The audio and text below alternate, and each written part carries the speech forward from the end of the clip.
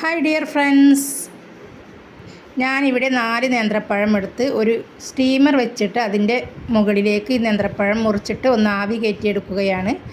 ഇനി നമുക്ക് 2 table spoon പഞ്ചസാരയും 2 ഏലക്കായും ഇട്ട് ഒരു മിക്സിയുടെ ജാറിലിട്ട് നമുക്കൊന്ന് പൊടിച്ചെടുക്കാം.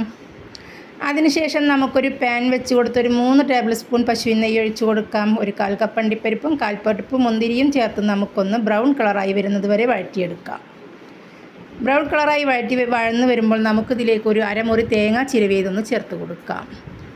വീണ്ടും നമുക്കൊന്ന് ബ്രൗൺ കളറാക്കാം. ബ്രൗൺ കളറായി വരുമ്പോൾ ഇതിലേക്ക് നമുക്ക് പൊടിച്ചെടുത്ത പഞ്ചസാര ഏലക്കായും കൂടി ചേർത്ത് നന്നായി ഒന്ന് ഇളക്കിയതിന് ശേഷം ചൂടാറാനായിട്ട് മാറ്റിവെക്കാം.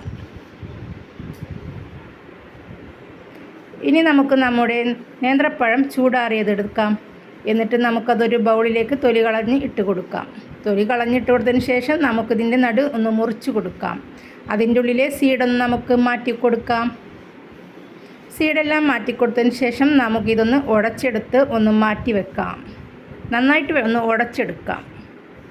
നന്നായി ഉടച്ചെടുത്ത നമ്മുടെ നേന്ത്രപ്പഴത്തിലേക്ക് നമുക്ക് തേങ്ങാ മിക്സ് ഒന്ന് ചേർത്ത് കൊടുക്കാം. തേങ്ങാ മിക്സ് ചേർത്ത് നന്നായിട്ടൊന്ന് 2 മിനിറ്റ് നേരം നമുക്കൊന്ന് മിക്സ് ചെയ്ത് കൊടുക്കാം.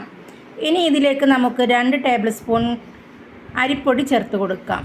ഒരു സ്പൂൺ വെച്ച് നന്നായിട്ട് നമുക്കൊന്ന് ഇളക്കി യോജിപ്പിക്കാം. ഇനി ഇതിലേക്ക് ഞാൻ ചേർക്കുന്നത് ഒരു 1/4 കപ്പ് മൈദയാണ്. 1/4 കപ്പ് മൈദപ്പൊടി കൂടി ചേർത്ത് നമുക്ക് കൈ വെച്ചൊന്ന് കുഴച്ച് കൊടുക്കാം.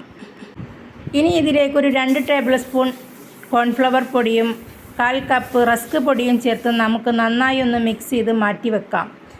ഇനി നമുക്കിതിൻ്റെ കോട്ടിംഗ് തയ്യാറാക്കാം. അതിനായി ഒരു 1/4 കപ്പ് മൈദയിലേക്ക് ഒരു നുള്ളു ഉപ്പും ഒരു ഗ്ലാസ് വെള്ളവും ചേർത്ത് നല്ല ലൂസാക്കി നമുക്കൊന്ന് ചെയ്തെടുക്കാം.